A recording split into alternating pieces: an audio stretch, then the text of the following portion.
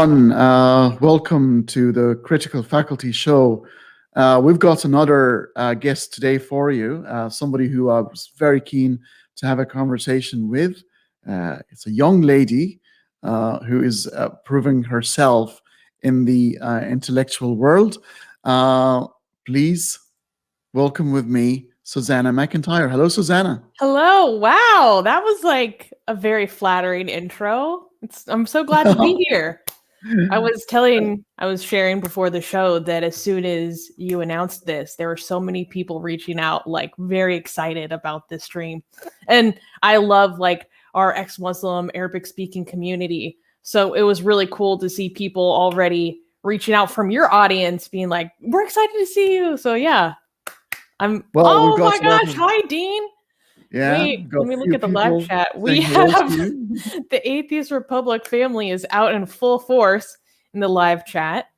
This is brilliant. I've been looking really forward to this because I've had many conversations with a lot of academics, with older people, and I didn't really have a chance to speak to the younger crowd. And I'm very keen today to explore with you what your generations in terms of the way you guys think and how you see the dilemma of being thrown into existence, trying to make sense of it all. Mm-hmm. You are the CEO and the president of Atheist Republic at a very tender age. Tell us the story, the background story, please. Oh, this is an interesting story. I'm not sure where to start. I guess at the beginning. So basically, in my early 20s, I got very deep into some like militant leftism and even like some Antifa elements. Okay. Very, as the kids say, like wokist, a certain, or what other people call a regressive leftist kind of mentality or ideology.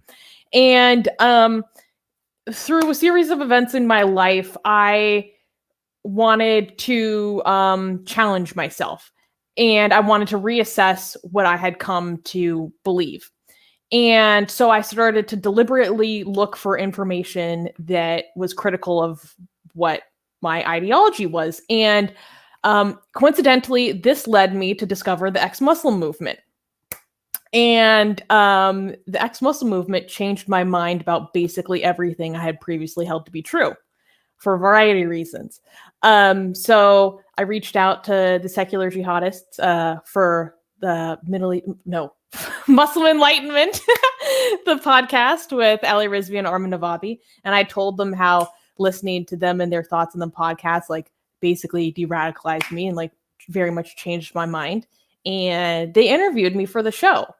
And one thing led to another, and I joined Armin on the Atheist Republic channel as a host of the news show. And then after some time, I was elected to be CEO.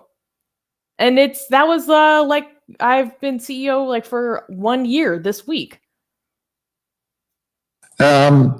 I've got a few people saying, is it on? Is it postponed? So looks like a couple of people are not getting the live stream for some reason.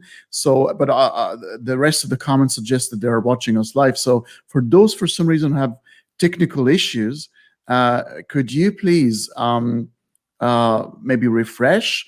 And for those who are watching us live, can you tell us that you can hear us and watching us all right? Because yeah, I'm getting confirmation that people are watching us all right live. So there are a couple of people with issues. So please maybe refresh your browser or log out and log back in. So hopefully you can see us in a few seconds.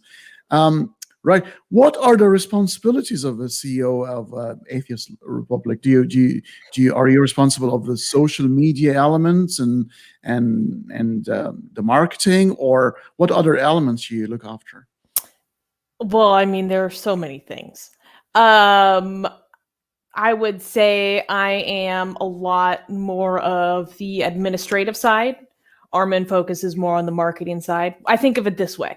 He goes out and expands our kingdom, and I protect it. So I keep the engine running. I help run the news show. Like, I'm the one picking the news every week. I manage our team. I do all of the not so fun, like technical taxes and business things. I work with our lawyers. I mean, and there's so much more I do. I work with our community. I help people looking for resources, for assistance, and where they are, try to connect people, provide people with community. And hi, Ghost Bunny. And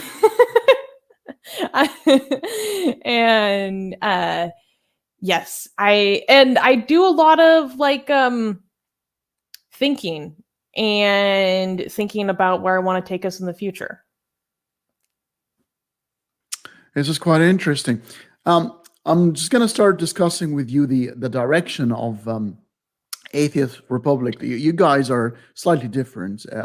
There's a bit of a shock element going on. We are the troublemakers, yes. Yeah, and lots of people don't understand that. The very, even some atheists, they look at that, it's like, you guys are so provoking, and the language you're using and the images. So some people are still conservative in the way they want to approach this intellectual business, and they don't understand that sometimes to break a taboo, you gotta make fun of it before people say, bloody hell, that's no longer sacred, and it's just it's a joke, and then you get into a serious conversation eventually. But do you think, how effective is this sort of traumatic shock treatment that you guys providing? Yes, definitely. I mean, it's not something that I take lightly. One, because you do have to be very considerate of the message you're sending, who you may or may not be attracting, and also like the efficacy of your tactics. I think for me, I'm a free speech absolutist. And this is something I've felt very strongly about for some time now. And for me, it is putting something that I believe in practice. So, and I also think of it as doing it on behalf of the people who can't do it. So like, if people weren't being sentenced with like criminal charges, or beheaded in the street, or any variety of persecution for like drawing an image of the prophet, let alone like, insulting the Sahaba or something, I would probably not feel so compelled to do things as strongly as I do. But I live in a place where it's safe for me to do these things. Like the main recourse is just people being offended and maybe me not liking me for it. And that's such a small price to pay in comparison to the people I talk to every single day who would do everything they could just to give mild criticism of the religion they come from. Right. So for me, it is partly a statement on, why does this get such a big reaction? And for people here in America, a lot of offense comes on behalf of a group that they think that is protected because it's a minority group. And I'm fully empathetic to that reaction. And it's a good reaction, like, oh, I don't want you to abuse this minority group. And I'm very sympathetic to that. But it's much larger to me because I'm trying to bring attention to the fact that the reaction is much more severe in other places for something that is so ridiculous, like it's just a cartoon, but people pay the heaviest price you can pay for it, know? So I'm trying to actually draw attention to how much more serious in the gravitas of it in other communities and other countries. And it gets a conversation starting.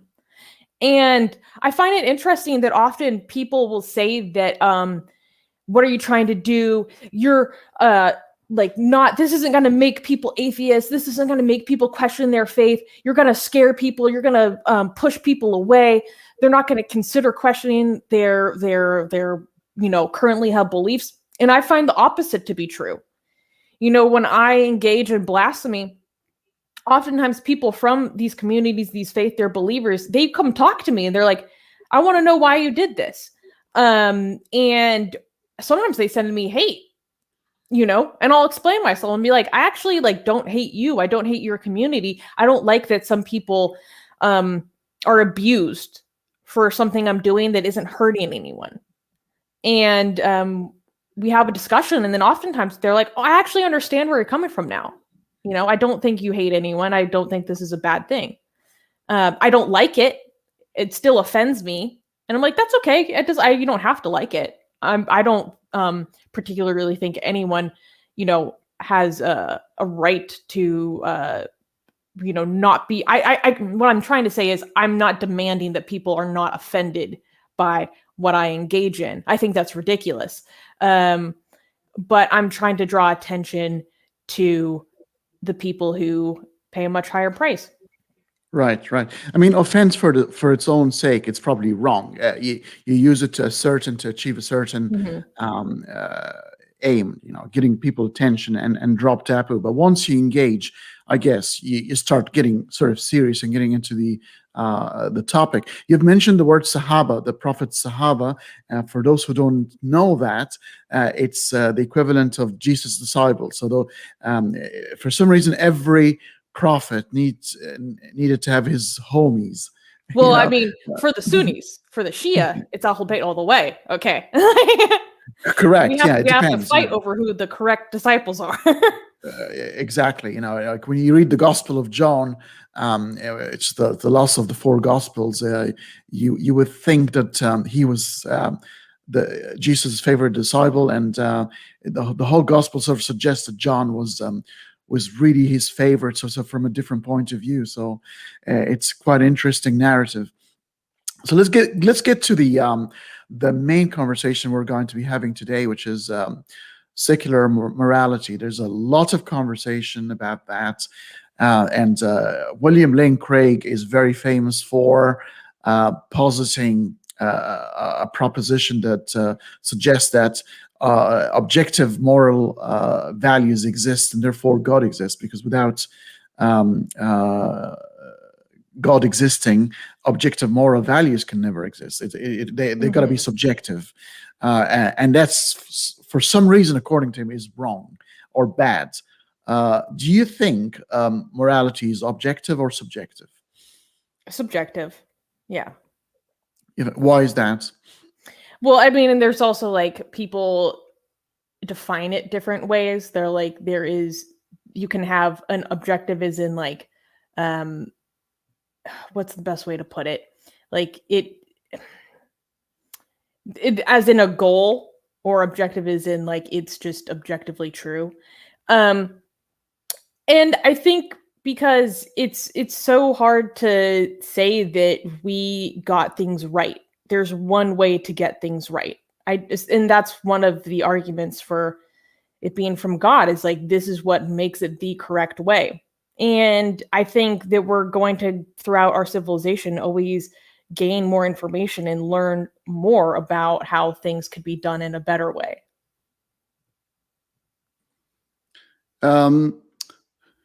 But, you know, the argument, I'll sort of play the devil's advocate here. If morality is subjective, then nothing can really be truly right or wrong. What is my right, it could be your wrong.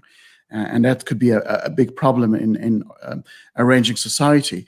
If you have a neutral arbiter being God, then certain things can be called good on their own or bad on their own, and therefore we can reach consensus at some point. And that's what objective morality would suggest, or would try to provide. You don't see a problem with having to quarrel and to fight about what's right and what's wrong? I don't think it's bad, because I think we need to look at things critically. So one quote it's a paraphrase quote by this cult expert, Dr. Stephen Hassan. He basically says that criticism will only make things stronger. So if something is true, like skepticism towards it, criticism of it, it will only continue. It will either you'll learn something that demonstrates that what you believe was not true and you can help throw away that assumption, or you will learn more evidence to help you confirm your belief that it is true. So I think that skepticism and reevaluation is always helpful, because you'll either learn that you were wrong and toss something out in favor of something better, or you have better reason to be like, no, we got it right. Although, of course, like culturally, this can become a mess. But I think on a more pragmatic level, like, we're just these little like mud monkeys, like running around this planet. Like, we're going to continue to learn. Yeah, yeah. Well, I got a comment here from one of the regular viewers, Sammy, saying Judas was not Jesus' favorite, but actually is a Bible that was found, the Bible according to Judas, where Judas is having his own narrative. Bart Ehrman talks about this quite often, where Judas is perceived to be not as the horrible person he was or he is, because think about it. If he did not receive those 30 pieces of silver to deliver Jesus, Jesus would have never been able to sacrifice himself for humanity. So it's almost like he had no free will. he was predetermined to do that. Otherwise, we would have never been redeemed. Well, and then there's also the Apocrypha, which is the book of Judas, right? I don't know if you've ever read that, but it's wild. There are all these different gods, and there's like very spicy opinions about the other disciples. Yeah. Part of it doesn't even make sense to me. Like, what is happening? Well, this is a psychology situation now. We're looking at narratives from different point of views, and you can see the biases evolve. And it tells you that there isn't a consistent story that one can tell. And that's what they actually argued, because the Gospels are written. Actually, were never written by these people, who are just according to these people. So the authors of the Bibles are unknown, so we don't know. But it just betrays the human nature that we must discuss things, and we need to come to an agreement ourselves. If morality is top down, it's arbitrary and it means nothing, because we're just acting out God's will. Really, we're extras in a movie. Some of us are silent, some of us got a couple of lines, and some of us have got the leading roles. But at the end of the day, the script has been written, and you're only acting out something to entertain the gods from above. That's funny. What's funny though is that if morality does come, like, objectively come from this God, like, we haven't done a very good way. We haven't been very good at figuring out and agreeing on what that way is. You know, like, we all have subjectively had to come to this conclusion of what God's objective morality is. Like, and we still don't agree. And I don't think anyone's understanding is the same as the next person's. So I see a slight flaw in something. No, I agree. So even though that law is supposed to be objective, but it has to still be interpreted and translated through our own cognitive reception, and therefore they end up being subjective at the very end. So it doesn't matter. We can look at how these were historically constructed, and then, agreed upon into making a canon, which was like a very politicized process. And so if you look at the history of it, you're like, I'm not sure that this is like one thing and there's one way to do this, because there are all these other hints about other things going on. And, your story doesn't add up so much anymore. Very true. Very true. But okay, so we kind of, for now, I think we should be able to discount the top-down morality for many reasons. One, we really don't think something above, it's not. We always refer to God as being above, but he's supposed to be omnipresent, so should be really above. But for some reason, when we pray, we always look up. We never look down. But really, if he's omnipresent, you can look anywhere. So Well, the it Muslim depends would on have what to. interpretation you're going by. There are some like Salafis who think that like Allah is in a very specific spot, like above the throne. He's not everywhere. He's like somewhere specific. Oh yeah, even in the Islamic literature, he's got a throne. He's got 8 angels that carry the throne. So they tell you that he's omnipresent, but at the same time, there are some text that betrays it a certain location. You can find the coordinates of God at some point, yet he's outside of space time. Just all these contradictions that sort of boggle the mind. But okay, so we exclude that for now, for the argument's sake, and we'll say, okay, well. All right. If it didn't come from a neutral arbiter, where did it come from? Is it in our instinct? Is it part of us being humans? Now let's reflect, and I want to hear your view. What do you think the origin of morality? Social cooperation necessitated by, just as what is required by us to survive. We're a very fragile little species that we're biologically, we have all of these vulnerabilities. And our best way of compensating for these vulnerabilities is our intellect and our social cooperation. Well, indeed, I completely agree. I'm going to run by you an idea that's been suggested and see what you reckon. It was suggested that the humble beginning of morality was because of food. And I'll just run by. Yeah, a lot of people get shocked, but it's linked to food. So we're talking about reptiles, cold-blooded animals. When they first over 600 million years ago, they were cold-blooded animals. They need to regulate their bodies quite differently through hibernation, through other means. Therefore, they couldn't eat at night, and the caring for the offspring was quite detached. You see the sea turtles, the eggs hatch, and they have to learn pretty quickly to swim or they get eaten. So the learning is very, very, very rapid, but very limited in the lifetime of a reptile. So through genetic mutations, the first amphibians and the mammals have started. They're warm-blooded.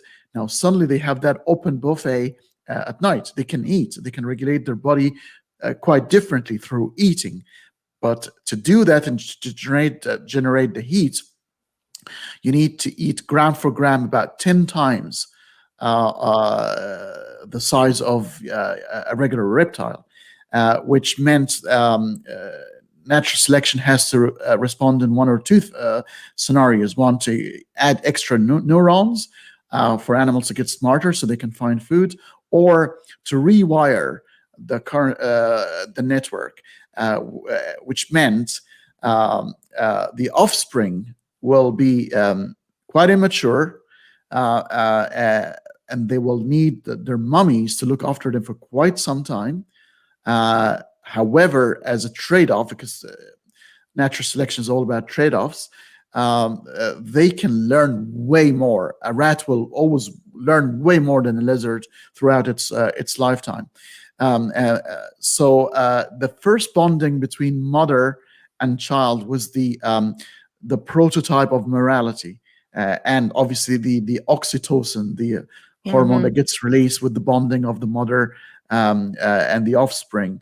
Obviously, that expands. Some species, the father started to come in and become part of the family. Then you have the family, and then you have the smaller group, and then you have your village, your tribe, and then your city, and as it gets complex, that gets passed on, and the oxytocin gets released every time there's a bit of a generous and fair trading between people and each other, and it gets emphasized. So that's one look at how morality could have evolved. No, I mean, I completely agree. Well, I mean, to the extent that is what our current understanding is. I think it's very interesting, like the role of our parents in our morality. I think of your parents or your like infantile guardians as basically your first gods, is what I personally think. Like because our parents are so much our gods when we're children. Like they are the ones who clothe us, keep us warm, shelter, give us those social bonds, that feeling of love, and as well as just sustenance and nutrients. And so I think it's so critical in teaching us those first relationships and teaching us what to accept, what treatment to accept from people, and what treatment to expect from people. I mean, morality really. So, do you think morality it cannot just be to oneself? You need a dealing between groups or two individuals at least for morality to mean anything. But for example, in the Arabic world, sexual orientation is depicted within the dilemma of morality. If you're homosexual, if you're bisexual, you're condemned for something that you could choose or not choose based on the reason why you're doing that. But at the end of the day, you're not harming anyone. You're in loving relationship with another adult. There's consent. Where does morality? Why is religion think it's for some reason it's a sin against God to have love for the same sex as yourself? Why would, and if there is a God, why would he? I'm saying he because for some reason it's always a he. It's really strange to me. Why is it a male and son and crazy stuff? But why would he care about the affairs? And especially when we're linking it to love, it's actually a loving relationship. I mean, and it doesn't even have to be a loving relationship. It could just be like two consenting adults. But well, first of all, I'm no scholar. Okay, I'm not a scholar, but my understanding is so. Some years ago, I watched a documentary called "For the Bible Tells Me So," or "For the Bible Told Me So," and it's about LGBT adults who are raised in Christian backgrounds coming to terms with their sexuality, how their parents reacted. Some of them are from families of like pastors, etc. And in this documentary, they try to unpack like the origins of Christian homophobia. And so this is my reference for it. Again, I'm not a scholar. Maybe there is a more updated understanding. But in it, the scholar talks about how in Jewish texts, like this story of the stigma towards sodomy, a lot of it comes from the waste of seed, so to speak. So, the origins of religion, there are some aspects to it that are just very pragmatic in terms of social cohesion and also social goals. So for a persecuted people like the Jews, like reproduction would be a very important goal. And so wasting semen is seen as very sinful. So two men can't be together, they can't produce a child, like that's a waste of semen.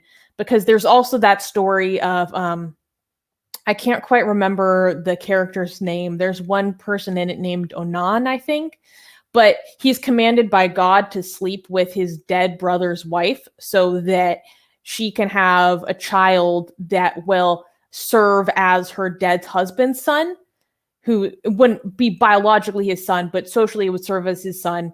But this brother, he has sex with her, but he doesn't actually ejaculate inside of her because this isn't actually going to be my son.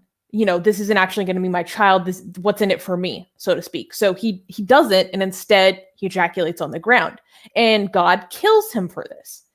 So in this documentary, this scholar, from his understanding, was discussing how the reason why it's sinful, according to him, or according to his understanding, was that because it's the waste of seed, it's a waste of the potential reproduction that would further the goals of the tribe.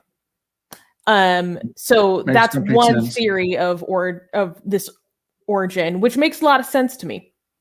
Yeah, when you link it with apostasy as well, so you don't want nobody gets out and go ahead and multiply and reproduce. So it makes complete sense. It's about numbers.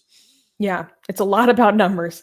And there are lots of people who would probably disagree. Like, there's a lot of apologetics for homophobia in the Bible or original Jewish texts. And some scholars will say, like, because this story of Sodom and Gomorrah, they'll say, oh, no, it's not actually the gay thing that's being punished here. It's like the male rape that's being punished here. And then other scholars are like, yeah, that's total BS. So there's disagreement about where the taboo or the sinful nature of this act, comes from in these texts.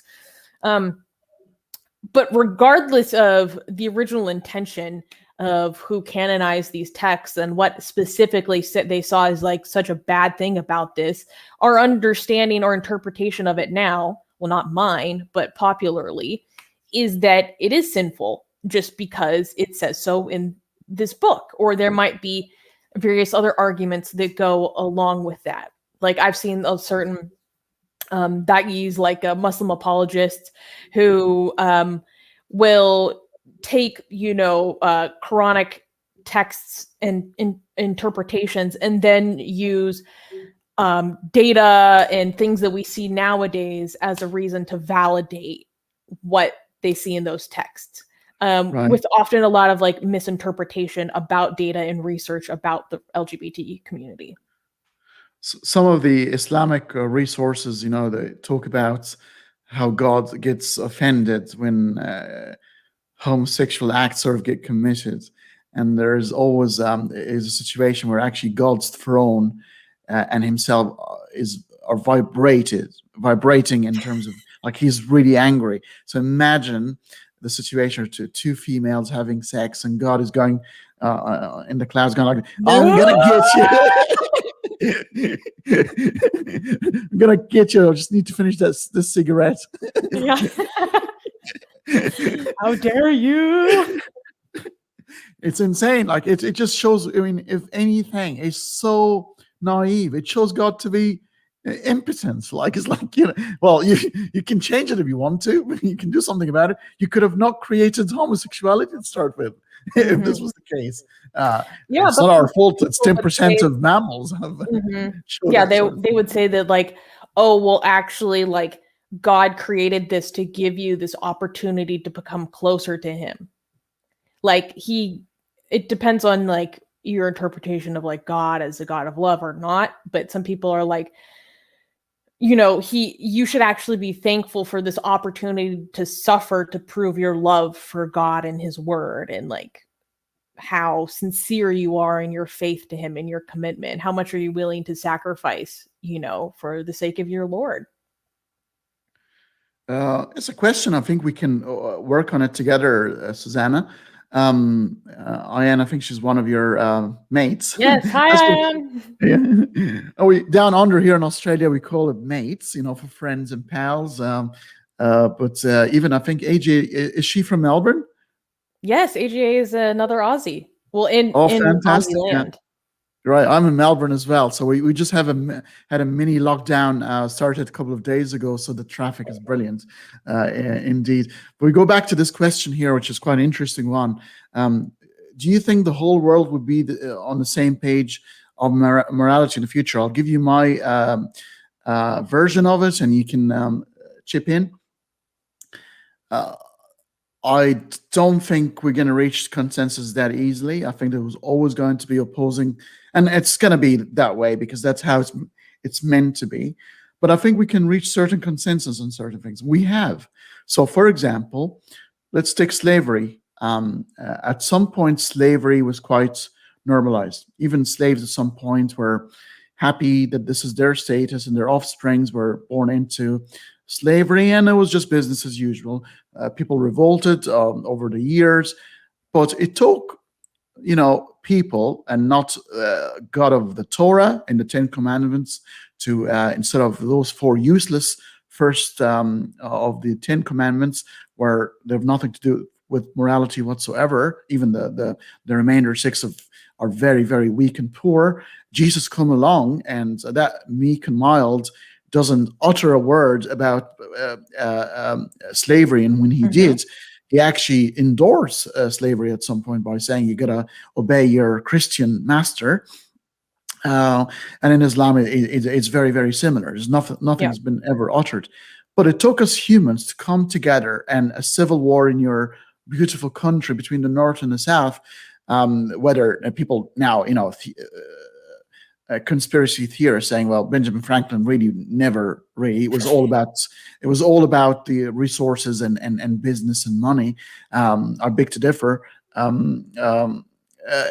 But it took people to come to consensus that this is wrong. We can no longer do that, and for very pragmatic reasons as well. It's for humanitarian reasons, obviously, because these are humans; they need to be treated with respect. But for the sake of humanity as a whole, just like the issue with feminism, if you enslave 50% of your society and treat them poorly and hold them back, you're shooting yourself in the foot, dickhead. Yeah, your economy suffers greatly. Exactly. Yeah, the quality of life of the entire society is just exactly. It's not as good as it could be. Yeah. So, what is your take on this? What do you think? Well, it's actually interesting. Unfortunately, not all of the world has agreed that slavery is bad. Not even necessarily because it's still in practice in a lot of places in the world, but also because I legitimately saw an argument for why Muslims should bring back slavery just this week. And obviously, I don't think that is the opinion of most Muslims, but I was like, oh, okay, this week, that's what I'm reading.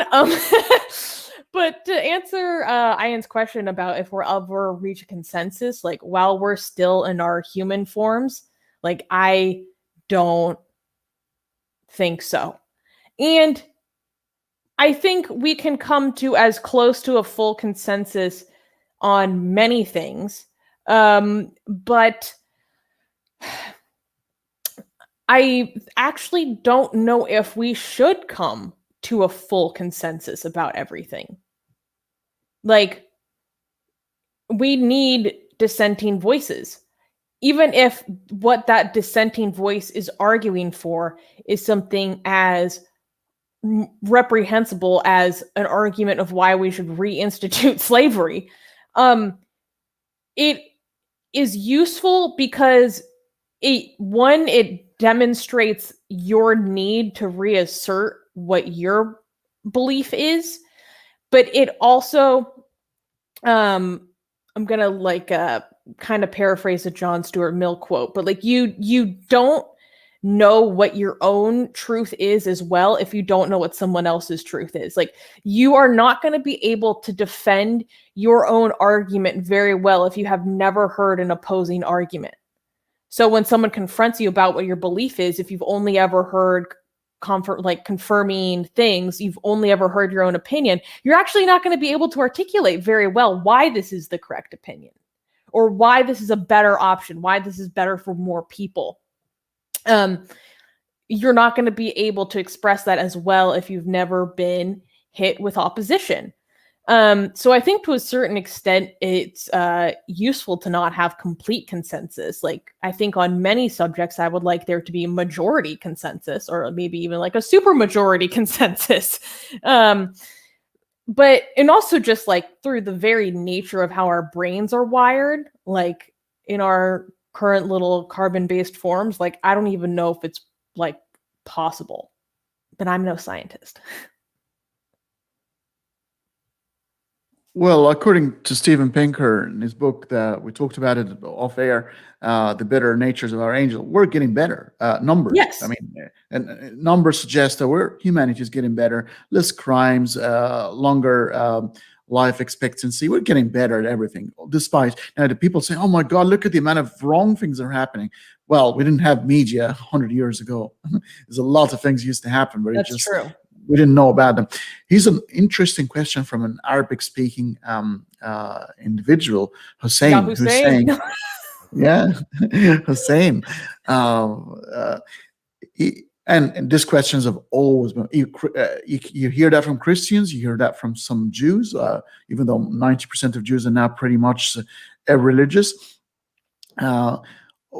Basically saying, why should I care about morality? Why should I do something good or nice? I don't know if you heard Christopher Hitchens, the late great Christopher Hitchens, talking about in some of his debates about a book called When It Was Dark by Guy Thorne. So look it up, guys. It's a book that was written in 1903 by an author called Guy Thorne, and it's basically telling the story about people finding the body of Jesus Christ. The actual, they can see the throat, the crown of thorns, or like the scars on his head, and the stigmata. They sort of say, "Oh my God, this is Jesus," and therefore he was never really rose from the dead, so it was all phony. And then, as a result, people started to fornicate on the streets. You can expect that sort of thing. People always. I've seen that before in my city, so. Anyway, like whether it's a God or not, it's happening anyway. Yeah, right. Well, to kind of answer who said, wait, are you? Sorry, I interrupted. No, that's all right. I'll just finish this in 10 seconds. So, it's obviously it's a parody. It's saying, Nietzsche posited that before God is dead, and Sigmund Freud said God is dead. According to Christopher Hitchens, he always said these two things together. But if we realize there is no God, and Hussein is here is positing, oh my God, if there is no God, why would I care about good things? Well, why should I do the right thing? What are your take? Well, okay.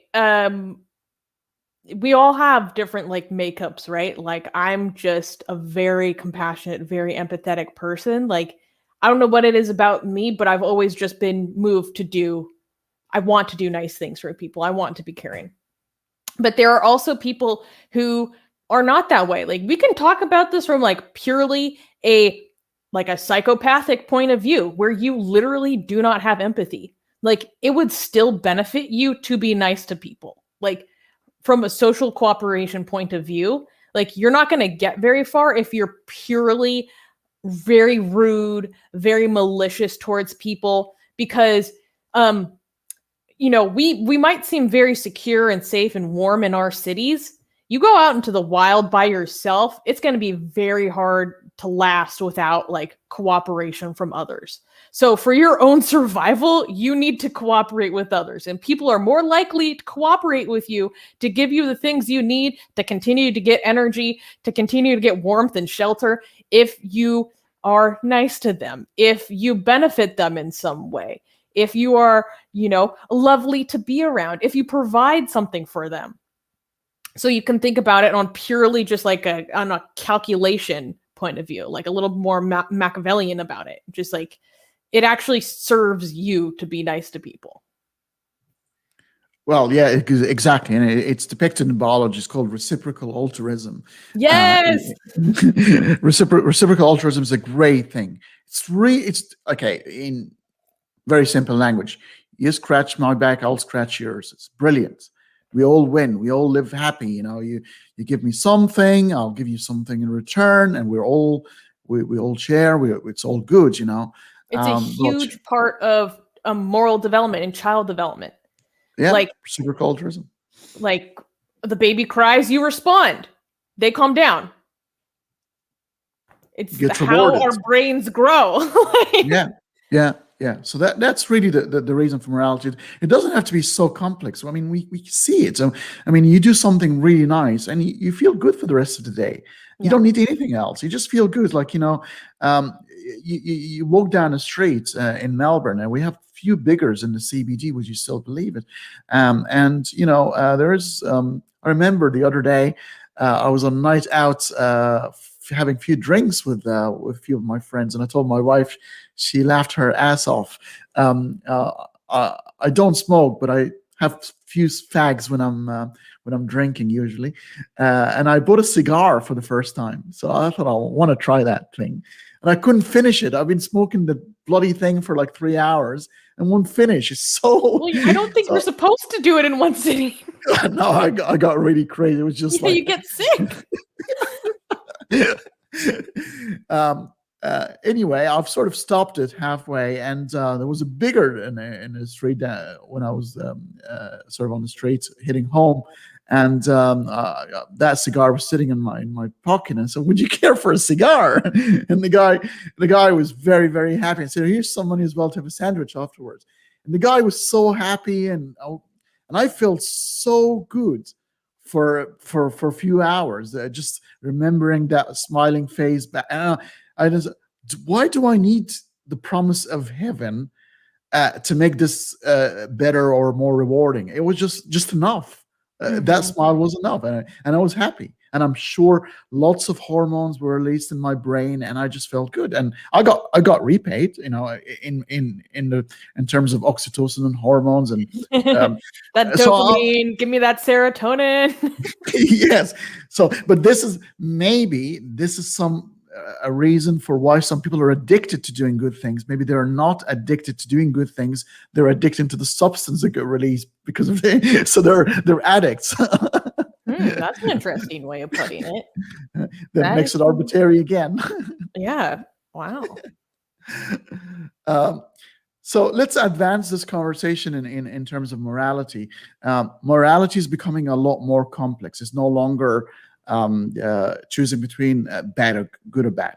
It's so much complex now. Sometimes you got to choose between 2 bad things or 2 good things, and the 50 shades of gray in between. It's just so complex now, and religions can never do that. Religion, everything is black and white. While our society's sophistication, that original train experiment, you're driving a train, it's about to hit people, you either killed 120 people on board, or the infant to your right, or the old man to your left, or the woman to your straight ahead of you. Where does it stop? Where morality is getting so much complex, and with genetics and playing with genetics going forward, morality is going to be at stake. Where do you stand here? Well, that's interesting. I feel like it's probably always been very complex. Like now we just have newer questions. Like with newer technology, we have newer, more recent questions. But I think that's always been the case as we gain new capabilities, as our understanding of the nature around us allows us to master that nature more greatly. That's a good question. I mean, I think a guiding principle, or like a northern star for me, would come from a calculation of harm. So, to what extent is this going to create prosperity, further human thriving? To what extent is it going to reduce suffering? Or to what extent could it actually increase misery? If it does increase misery, how many living creatures does it increase misery for? Is the utility of, say, this new technology that we're developing, is there a cost-benefit analysis that leads us to believe that a certain amount of suffering from a certain amount of, or maybe a certain type of, living creature is worth it for the prosperity that it does bring the more amount of living creatures? That's kind of the way I think about it, which sounds very cold when you put it that way. But I typically tend to be very I go by data that is available to me. And so I kind of try to let my understanding of the data that is available to me at the time, I try to let that drive like my judgments on things, which is always going to be imperfect because our collection of data is always going to be imperfect. There are always going to be variables that we either didn't understand or couldn't control for, couldn't capture. And then let alone our understanding of how to process that and then come up with a conclusion from what we learned and all this information we gathered. So I think it's always going to be a very complex process, but I just try to have humility in it and saying like, maybe I got something wrong and I'm willing to reassess. I think it's part of a constant process of reassessing. Right. Considering some occasions we don't have the privilege of reflection. Sometimes there are split-second decisions, and you don't have to beat yourself down for getting the wrong answer. We're trying, and sometimes we fail, and we can learn. Next one we get better, sort of thing. So I think it's a struggle. We all struggle with these sort of things. We tackle with them, but that's a human experience. I think we're maturing that way. That's how you mature, through making some mistakes and learning from them. But again, it's meant to be that way. I think the human struggle, it's ugly and beautiful at the same time. It's just the way you're going to look at it. And at the end of the day, you're learning. But when it's shoved down your throat from up above, it makes it completely meaningless. It's just nothing to me. I feel like then somebody's playing marionettes with me, and I'm a doll at the end of a thread, and somebody is moving me, which is probably we are anyway, because now neurology, which is part of your area of expertise in terms of psychology, suggests that free will is an illusion. Oh, completely. Oh my God. It's kind of funny, like morality, secular morality isn't really my area of expertise. But I do have a background in psychology. And I remember when I was taking my cognitive psychology courses, or what I meant to say is I'm not super well versed in arguments for free will, for determinism, predeterminism, etc. Like what I know is psychology. And when I was learning cognitive psychology, and you just learn about the processes of precognition, all these decisions that this clump of cells in between our ears is making decisions before it even comes to your conscious awareness. There are all these processes to even determine what stimulus in your environment to bring to your attention that is completely outside of your control, and it influences your behavior in such depth that it's hard to even explain. We kind of don't even understand. That as soon as I started to understand even just precognition, I was like, oh, we don't have free will. Yeah, well, we talked about this sort of situations in a couple of podcasts ago, where it's been posited that 5 seconds before you think you made a decision, it's actually been made already. But saying that, we have to hold people responsible. So we still put people in jail for murdering or stealing, because those decisions are made because people get that quite wrong.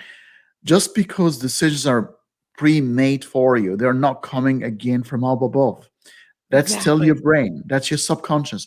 That's your collectiveness of your experiences, your normative behavior, and you're just on autopilot. It's basically, this is how the brain to normalize processes so they don't seem to be just like a computer, almost like there's a cache where you open a program before and it's sitting in the background. So next time you open it, it's a lot quicker to open. So it's still you. All of that's still you. That's why people are still held responsible for their actions. It's not like the devil is inspiring some sweet thoughts in your head and they're coming from outside. That's still you. Yeah, I mean, a lot of it is just a matter of our brain needing to be quick for our own survival. We literally don't have the time to have all of this come to our conscious awareness. It'd be extremely inefficient. It wouldn't be a good use of our energy. just even like, the energy we're spending, to find more energy to intake. It's not efficient. Yeah, it's so interesting. And when you study like moral development of children, you realize how important the aspect of the environment that you're raised in is so consequential to your understanding of the world throughout your entire adult life. Yeah, it's very true. There's so many elements to make up that brain, and the brain is not a static thing. It's a dynamic thing that the neurons are sort of, yeah, they get rewired as you learn new things, and it's a wonderful thing the brain is. That's why, I mean, people sort of in the past used to call it like a digital computer, but it's actually not like a digital computer. It changes and it upgrades itself, and it does so many wonderful things. And we only scratch the surface. We still, the neurology is very new, and we're learning a lot of new things. And I think at some points we probably will be able to find where morality is, and actually there is a place for it above the right ear, where it regulates moral judgment. But what I wanted to talk about is there something in the brain that we've inherited throughout the years of our humble beginnings, where people suggested the God gene, but is there something in the brain that feels comfortable given responsibility to things beyond our control, to some super being? Well, this was not even remotely my area of study, so I'm not very familiar with this, and I would defer the audience to someone who is an expert in this. I do know that we do have a part of our brain that is extremely focused on finding likenesses of ourself in nature. So, for example, we anthropomorphize like anything. And this is where a lot of people believe what we now call animism comes from, like worship of rocks or rivers or trees, etc. Because we are so biologically wired to look for other humans that we even prefer triangles that are shaped like this over triangles that are shaped like this. And you see this in infants in a very early age. And the reason why we prefer triangles that are pointed downwards is because it's the same shape or same alignment as two eyes and a mouth, meaning like a human face. So we're constantly looking for other humans. We're constantly looking for other things like ourselves in nature. This is why, oh my gosh, look, that cloud looks like a person. Oh, the trees. Or, it'll be like these bolts on a wire box, it looks like a little mouth and a face. Like, it's so wired into us. So there is a part of us that is constantly looking for stuff like ourselves. And I think this is part of our drive for social cooperation. But in terms of something greater than ourselves, I think, and this is me speculating, like I said before, I'm not as familiar with the literature, but I think I would speculate that an aspect of this comes from our desire for pattern recognition and predictability. So obviously, like a key part of our survival is to be able to predict and find patterns in our environment that would help us maintain being alive and project what a potential threat could be and navigate that. And so I would think that there is probably a desire for something greater that would be controlling this grand pattern that we're trying to navigate through, this grand pattern that we're trying to understand. Saying, well, I actually don't know what's going to come into my environment. Like, we don't know, like I could have an aneurysm right now, but maybe there is this thing that does fully understand this. Maybe there is something that does have this complete understanding of these patterns. And so we want to aspire towards that. We want to aspire towards this complete understanding, because that is like next to complete control of our environment, to be able to predict things. This would most aid our survival. But like I said, that's just my own speculation. And you're very damn close, because I've researched this area quite a lot, and you're very, very close, because it is indeed that sort of thing. So basically, the theories have been posited that in our humble beginnings again, imagine a primitive man or woman. You hear rustling in the trees, and you take there's a risk analysis going on here. You can choose one or two things. You can choose to ignore it and think it's the wind, and you're wrong, and you lose your life. Or you can posit it's a beast that wants to eat you. You could be right or wrong about that, but either way, you're going to have your life intact, and you might lose just a few minutes of hiding. So the cost of positing something that isn't there was quite high, and it was beneficial. And this is why, like, we're so conspiracy minded across cultures. People are so conspiracy minded, because you're right. There is a certain element of it's a calculation of like, how much of a bet do you want to make on this? It's like, well, yeah, considering what's at stake, end of your life. Obviously, we are the offsprings of those who chose to hide, for wrong or not. But for that, something developed called pareidolia, which is it's hyperactive agency detection, which is that's the face recognition, but also that there is always an agency. There's intent behind things. It's not just a thing. It's a thing that wants something from you or of you. So and that's sort of developed. Anytime, imagine all the questions as our intelligence started to develop and our brains started to get bigger and had more time, because we've devised now fire and tamed fire, and we knew how to cook, and we're in groups, so we have more time to reflect on the world, and what are these stars above us, and are they gods, and how close are they, and that sort of thing, and started to attribute natural phenomena to entities that are invisible, but somehow they are controlling your destiny, or doing something about it, and that is sort of evolved. It was very, very beneficial. It's also very comforting. It's very comforting. It's very beneficial. But certain things, like a tail, the tail we lost, that we don't need that wisdom tooth anymore.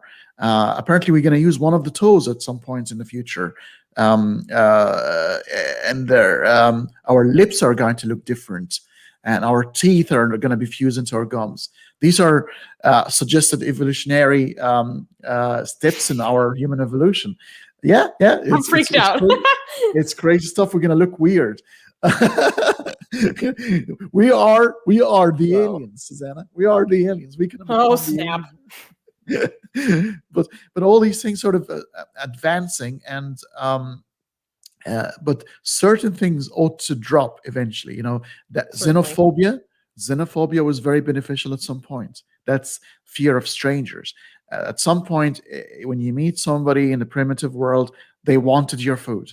They're gonna kill you to get your food. So it was very, very handy to be afraid of strangers. Or they could harm your offspring, or exactly. Kill you.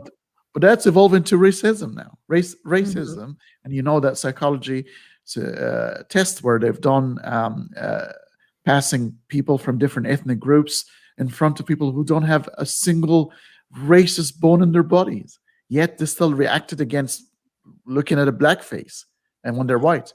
And the person, they're not racist. You see it in infants, literally. So this is why I think death to racism is like on honestly a meaningless platitude, because studying moral development, like, you see this in infants, and it's not actually, and some people would argue it's different because it's not a bias on the basis of someone believing that the other group is inferior. Some people like to define it that way, but it is a bias towards people who look like you. And so first in infancy, this starts in preferences towards your family, or preferences towards family members that look like you. And then it evolves just into preferences towards faces that are in your environment the most often, which typically throughout all of human history have been people of your own so-called race. So yeah, we see that infants have what some people would call like racist tendencies, but then some people would say, well, they're not making a moral judgment about the quality of those people, so it's different. But we do know that infants have racial biases. They have gender or sex preferences towards who they like to direct their eyes towards, and we see this before when we're nonverbal. So I don't think that is something that we're going to just wash away. And the best thing that we can do is just be consciously aware of it. Like some people, to a certain extent, it's kind of very common for be like, oh, if there's someone from another race and you can't tell them apart, so to speak, let's say like, oh, you're racist. But I don't actually know if that's the best way to put that, because literally, if you're just not around a diversity of faces from an early age, you don't have enough data. You don't have enough data in your brain to be able to tell people apart more easily. And I don't think that that is necessarily a judgment on that person's character. They just didn't have as much data coming into their environment that would be able to tell the details of a phenotype more specifically apart. Yeah. Now, morality has an interesting paradox, been suggested by David Hume some time ago, the classic "You Can't Get Aught from His." And Sam Harris in The Moral Landscape talked about how science can inform morality at some point. How if we know more, we can do better. Mm-hmm. While David Hume issued sort of a challenge where you can never, the state of something does not tell you or does not inform you of how you should behave. What do you think of these two areas? It's complicated. I mean, I would think of it as we can just see through trial and error, like what works best. But then we have to decide what best is, right? So for some people, that would be a utilitarian perspective, where best is what brings, or what either lessens the most amount of suffering for the most amount of people, or brings joy to the most amount of people. So is that what best is? Okay, if it is, then, by observing history, for example, like we can see what ideas, what values were better serviced that goal. So I think, I don't know, I'm such a, I guess I'm a little bit of an empiricist, where I want to just gather more data and see through experience what services things in the most efficacious way. Yeah. I'm actually, a lot of philosophers and a lot of people attack Sam Harris because Sam Harris basically jumped the gap between is and ought. And David Hume is very clever, was very clever, Scottish philosopher. He's fantastic, and I love his work. And I think this is one of those semantics intellectual games where lives and people affairs are at stake. And I don't mind Sam Harris's model because it's practical. It achieves things. It says if we know more, we can choose or not to choose to do better. But knowledge is a very good thing. So, for example, a few centuries ago, animals were depicted to be lesser beings of lesser consciousness, and they don't feel pain, and eating them and slaughtering them around was quite all right, and people still do, because they think we're on top of the food chain, and tough. We could be somebody else. We will be somebody else's food eventually anyway. So might as well, do what we can right now. But for example, my wife and I, we made a decision a year and a half ago, or a couple of years ago now, and we have stopped eating meat. Just on the back of suffering, the problem of suffering, because now we know that these animals have neurons and they can feel suffering. And I thought, okay, well, my taste buds versus the suffering and the cries of another sentient being, and I've chosen to. I've really sacrificed a lot, because we found a lot of beautiful food to eat now. So it's sort of in the past. It doesn't sort of worry us anymore. But it came on the back of scientific understanding of the neurology of other sentient beings. Now we know, and because we know, we can do better. So from point of practicality, I still think, Hume's argument still valid on paper, but we don't live on paper. We're 3D things. We're not 2D. We're not sketches. So what do you reckon? Do you think practicality trumps? I'm very much inclined towards that way. It's actually why sometimes with some of my very intellectually minded friends, like I'm kind of, I don't know how I put it, in certain conversations, very philosophically, esoteric conversations, I'm not necessarily as engaged, because and I'm more inclined towards something like psychology, neuroscience, neurology than I am towards philosophy, because I find it too abstract most of the time. And through my understanding of what our biology is, neurochemistry, I understand that it is so much messier than these abstract calculations of what would or would not make us these perfectly little moral operating beings. And I kind of just tune out some of those conversations at some point, because I don't find them realistic. I'm too intimately familiar with how muddy our real lived experience is. It's not just this very calculated, thought through equation that we're making about ourselves. Or how to live our lives in the most moral way that would reduce the most suffering. Like, thinking that way is actually a luxury that a tiny minority of the world's population can afford to even consider, let alone have, a nuanced argument for one way or the other. I understand too well that life isn't that way. There are and also some people don't have the capability to think about things that way. And that's not a judgment on them being a good or bad person. It's just like a fact. And I think it's not necessarily easy to make these very complicated moral arguments. But it's easier said than done. And I think it is not attainable for possibly most people. Actually, I won't make a judgment on how many people, but it would not be attainable for many people.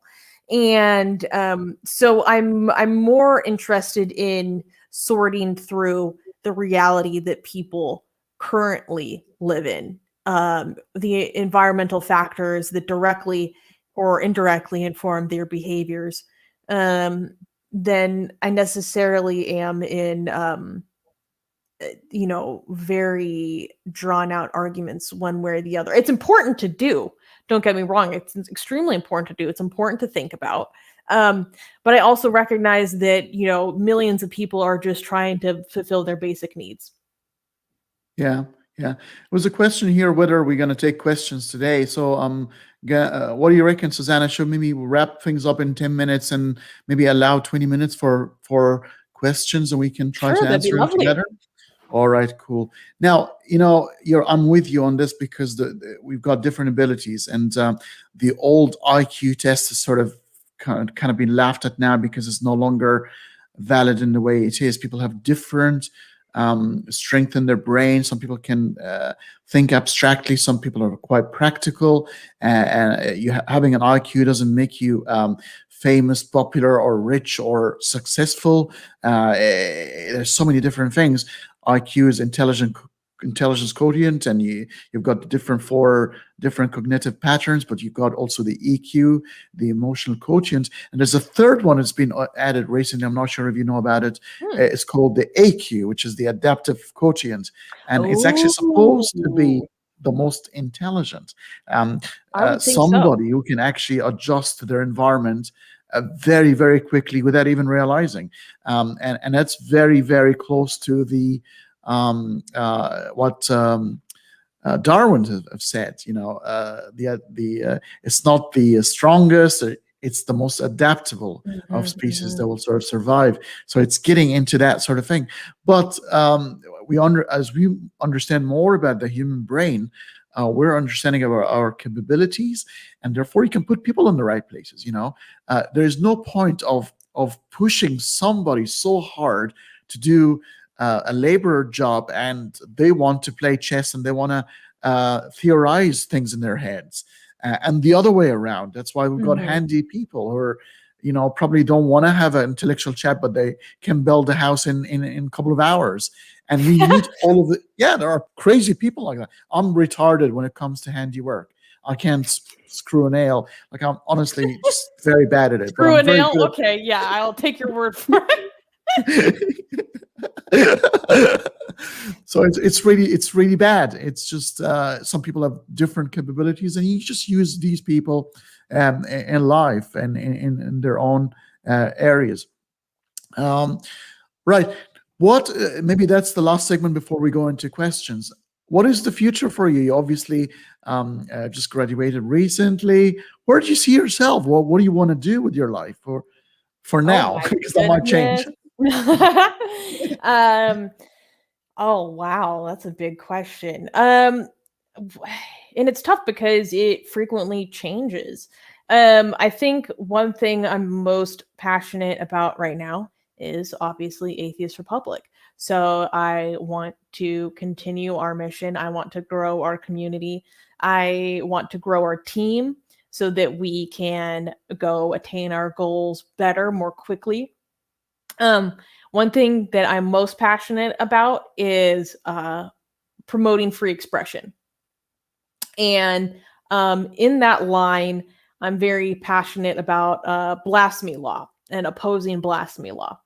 So I'd like to get more into that. I'd like to get more involved with activists who are on the ground in countries where they are affected by blasphemy laws, or maybe they're not even directly affected by blasphemy laws. Like, there's a lot of Western European countries that have blasphemy laws that actually are very rarely, if ever, used, but there are still on the books, and there is a great utility in removing those from the penal code.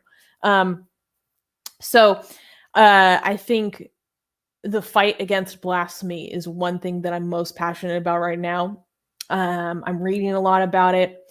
Well, I have a little secret project that I'm working on about it. And I want to put a lot of my focus in that area because I think it's something that is a massive impediment towards our furthering human prosperity, because it is saying what you are and what you are not allowed to say, which in turn leads into what you are and are not allowed to question, which is obviously a massive impediment towards scientific advancement, which will inevitably lead towards more prosperity and more thriving, more joy. Let alone the fact that it is, people are surprised that because I'm like an atheist, I'm actually an anti-theist, that I'm very passionate about rights for religious minorities. And that is a major source of persecution for religious minorities. And so I want to fight blasphemy laws very seriously. Do you know Ricky Gervais? Of course. Right. Okay. He's very famous. He's obviously also an atheist. My favorite quote about blasphemy comes from him. He's a funny guy. He's fantastic. He's very intelligent. And basically, he says blasphemy laws. I can't remember the exact words, but blasphemy laws are laws that protect the feelings of an omniscient, omnipotent, omnibenevolent God from having his feelings hurt by his own creatures. Mm-hmm. When you think about it, it is so funny, but it comes from the Old Testament. You know, you don't take your God's name in vain, and that's where blasphemy law sort of evolved. And that's why the name of God was never uttered. You get the four consonants, the YHWH, which stands for Yahweh. We don't know how it's pronounced. We've added the vowels later on to pronounce them, but we never knew. Yeah, that's why you say stuff like Adonai instead. Yeah, Adonai, which my master, or our master, or what's the other one? Shaddai, the mighty one, or Hashem. Ha in Hebrew means the, Shem means name, the name. So his name is the name. It's crazy stuff. I mean, it's like, what the hell?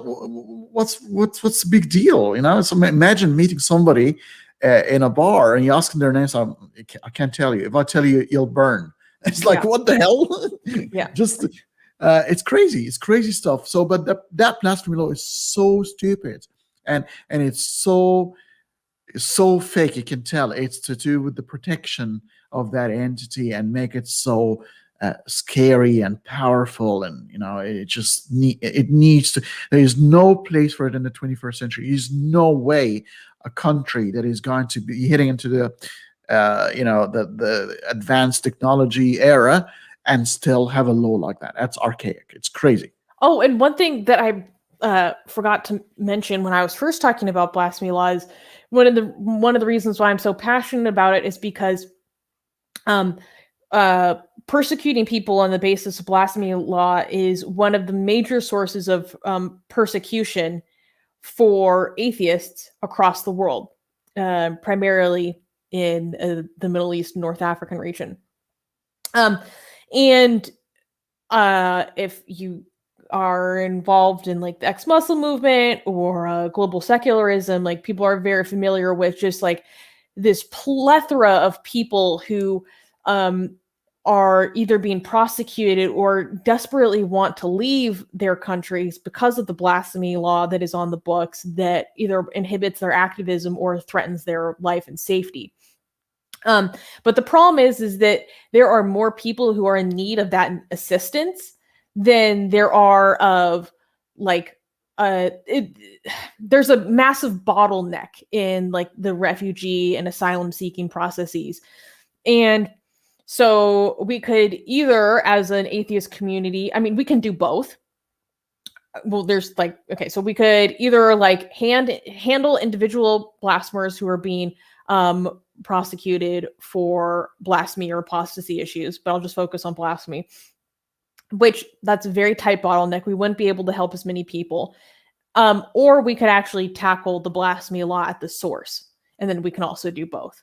And so I think it's important for me to think about how, helping the greatest number of people in general, but I do have a soft spot for atheists. And that would involve, trying to remove this in the communities, in the countries where they are. And hopefully improve the quality of life for everyone there. So less people would feel the need to, escape where they are, well, for that particular reason. That sounds really good to me. Right. Okay. Well, we're going to start the questions section, guys. So please start preparing your questions and fire away. We're going to have a good shot at it. Do you know who Linda Sarsour is? I do know Susanna? who Linda Sarsour is. What do you think of her? I'm not the most familiar with her, and I'm not the most familiar with what she's been up to lately. So my take might be a little aged. But she just she makes a lot of arguments that are very common for Muslim women who, some people would say she's whitewashing Islam. And then a more charitable opinion might be, she's like really trying to make this not so bad, because most Muslims aren't bad. They don't want to be following something that they think is harmful.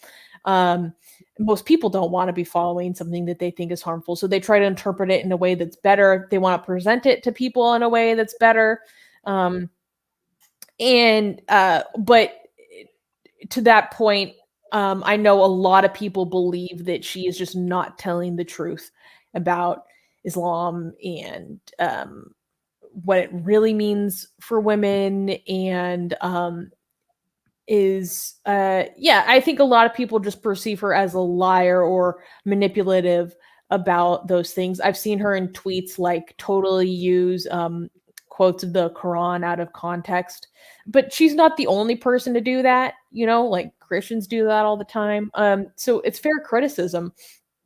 I think she I don't know if I want to get into it. And again, I'm not very familiar on her specific opinions on things. But she kind of is a brand of like leftist activist that I'm not too much of a fan of. Like, yeah. I'm on the left. I'm a lefty, but I think a lot about herself is very contradictory and maybe not very truthful, to the extent that she doesn't know that it's not true. I try to be as charitable as I can. I'm just watching. The chat is so funny, guys. You're keep it up. It's just so crazy at the moment. I've got a couple of people flirting with each other, and then Ian said, "Hey, you realize I'm a guy." Hey, I mean, Ion, don't shut that down. Dude, you're a dude. Crazy stuff. Well, Linda Sarsour's sort of the situation. You're right about everything you said, but the recent addition, she's also, I think, she's an executive committee of Facebook. So she does a you're lot kidding me. Yeah, so that's where the complaints are coming from, because I'm not quite sure. Have you noticed the recent activity on Facebook where a lot of things are censored? You can't say certain things, a lot of people, and apparently she's got hands in that. Wow. Well, I mean, I highly doubt that she is individually responsible for that, because not individually, yeah. I mean, things have been going that way for a long time on Facebook anyways. But then after the events of the insurrection at the White House, like social media got so much more intense after that. Like there was a huge fallout across the board. So I think that caused a generalized culture shift. But oh my gosh, yeah, I have to look and see how involved she is in the executive committee, because what a choice. I know, crazy. Yeah. Well, is Mark Zuckerberg, that's been some reports that he's renewed the vows with his faith, that he's no longer sort of a religious. He's sort of, so I don't know if this is a political, I mean, it could be sincere, but it could also be a political thing, nobody knows, right? I can't get into people's intentions. Well, it's funny, my friend Rivka, who's a co-host on our show, she's Jewish, and she talks about how I guess it's kind of a trope in the Jewish community, or a joke, but then I also think it maybe is kind of you would see this pattern probably in many other religions or cultures as well, that like once you reach that stage in life where you're like in your 40s, like maybe you're a parent, like she said that like when you become a parent, a lot of people, at least that she's observed like kind of drift back towards religion, drift back towards the tradition of their families, probably to like pass it on. So I wouldn't be surprised if it's that kind of a situation. Yeah. Right. Well, the next question, I'm not sure that anybody should give advice on moral code that a person should follow, because it's one of those things like freedom. It's not given, cannot be given to you. It has to be self-reflected. It has to come from within.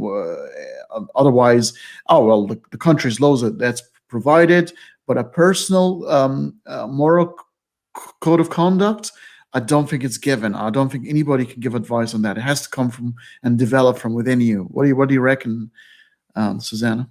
What moral code does a person follow that is above the law in a secular moral society?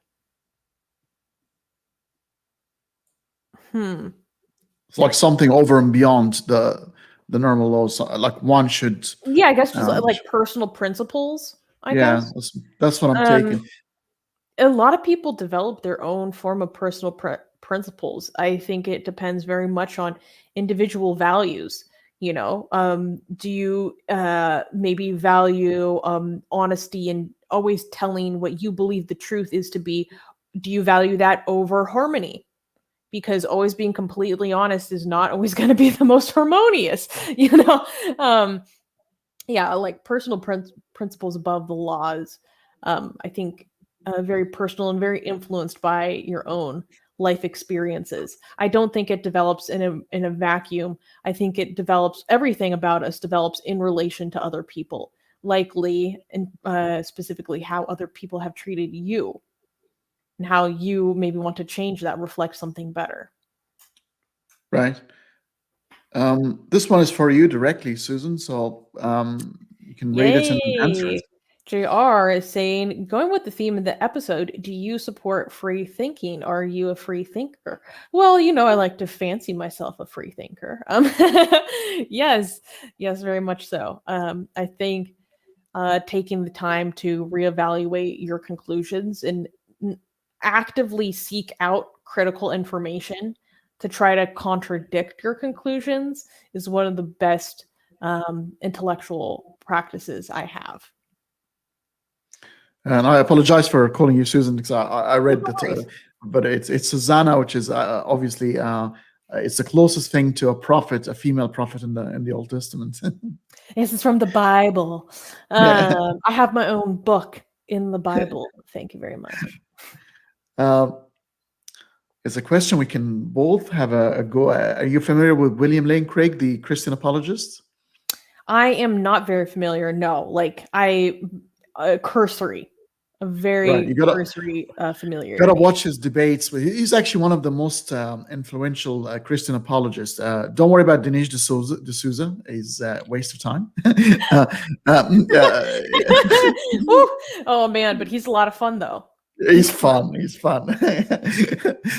a crazy guy. But William Lane Craig is a philosopher, is a professional philosopher, and he's quite academic. And he is the one to watch his debates with the likes of Sam Harris, Sean Carroll, and the like. So and Christopher Hitchens. That's an important one too. My favorites with when he was trying to use the Kalam cosmological challenge, which is a Muslim apologetics developed by Muslims by Al-Ghazali, and the Christians have sort of taken it and repackaged it to be their own.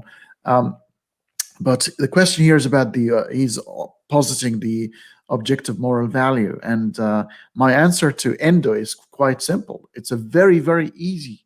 If objective moral values are from God and they are in effect, why don't we have them?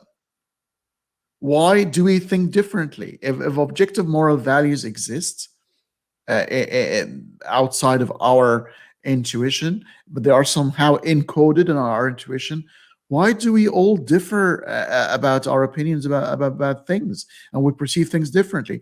And moreover, why didn't he bloody end slavery in the Ten Commandments? Why there was no instead of don't make statues or pictures of me, bloody just say stop slavery. Don't enslave other human beings, and call it a day.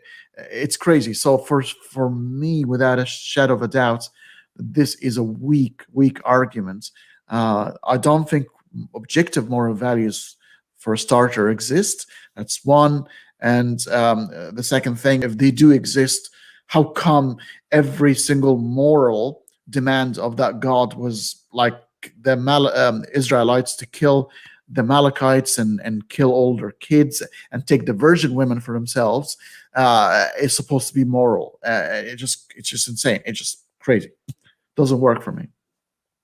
No, we are in agreement there. I mean, that's kind of what we talked about earlier. Like, if this is objective, then we have obviously subjectively gone about understanding it in very different ways. So if there is it objectively out there somewhere in the universe, like this God, this omniscient, omnipresent God somehow did a very bad job of communicating it to us, or just making it within our constitution to operate that way. Right. I think I might have confused some names here. You're right, Evil Duck. I made a mistake here. It's not Linda Sarsour that has gone into the Facebook committee, but it's the Tawakkul Karman, who is a very similar, is a Muslim activist. I think she's from Yemen. And again, it's that left. She one of the leaders of the Yemeni revolution at the time. So she's a Muslim apologist, but on the left side, and very similar. But I beg your pardon. You're right. It was not Linda Sarsour. That's very interesting. I'm going to have to look up this woman. Yeah, she's found her quite interesting. I'm just looking at the other questions we've got here. I see one from Evil Duck about the trolley problem. Is that towards the end? Yes. Oh, yeah. So Evil Duck is asking, the trolley problem, would you kill one person to save many? I like to think that I would, but if that one person was my partner, no. Okay, so you're invoking the kin selection, which is it's symbology. Yeah, you want to, yeah, okay. I'm, I try to be very self-aware, and I'm self-aware enough to know that I would not kill my partner to save many other people. Right, and that partner could be a guy or a male or female. Yes, for me, yes. Right. I don't know if I'm at liberty to tell people, but you're bisexual, right? Bisexual all the time, yeah. Yeah. And this is quite interesting. Are you bisexual, or what's the other sexual orientation where you don't care about the gender of the person? Pansexual. Pansexual, yeah. You kind of in that area too, or so I say bisexual because more people are just more familiar with that word. The difference between bisexual and pansexual is a hot point of contention in the LGBT community. And to me, I think the argument over the word comes down to semantics. So I just go with what more people are familiar with. I don't like to explain myself all the time. No, I find it quite interesting, really. So, and another question, put a spanner in the works here. What if that one person grew up to be a scientist going to save 100 millions of people because they're going to end up inventing a vaccine, and the other 5 people that are going to end up being saving, one of them will kill his own family because he's a psychopath. The second will end up taking his own life because of drug addiction, and the list goes on. So the more information you get about, but we don't know the future, so we don't know. That's tough. Wait, so in that version of the trolley problem, I'll choose the one. Then you choose the one. But you know that in advance. We don't. No, yeah. Oh, Look, okay. Hypothetically, if you were to know that in advance, like the baby Hitler thing, there's always that. Would you kill baby Hitler? Would I kill baby Hitler? Yeah. Oh God, I have to think about that. Crazy. It's insane. Imagine that 1 week old baby crying, and you know that this is going to be Hitler, and it's guaranteed he's going to do that sort of stuff. Would you be able to slay him? I'm obsessed with babies and children, so I don't think I could. Like literally, my maternal instinct is just that strong. I don't think I Yeah. Plus, you know, Ashton Kutcher sort of told us in the Butterfly Effect movie that you could do that, but then fucking something else up somewhere else. Well, and that's exactly what I was thinking. I was like, if I did that, I would actually probably accidentally kill myself. Because like the situations that led to me being born through my ancestry probably wouldn't occur in the same way. So I could also look at it from a selfish angle as well. Like, do I want to live? It's crazy. It's crazy. See, these are the moral dilemmas. They're so complex, and religion is so reductionist and simplistic. It's black and white, and it is so complex. Most moral values and moral judgments are.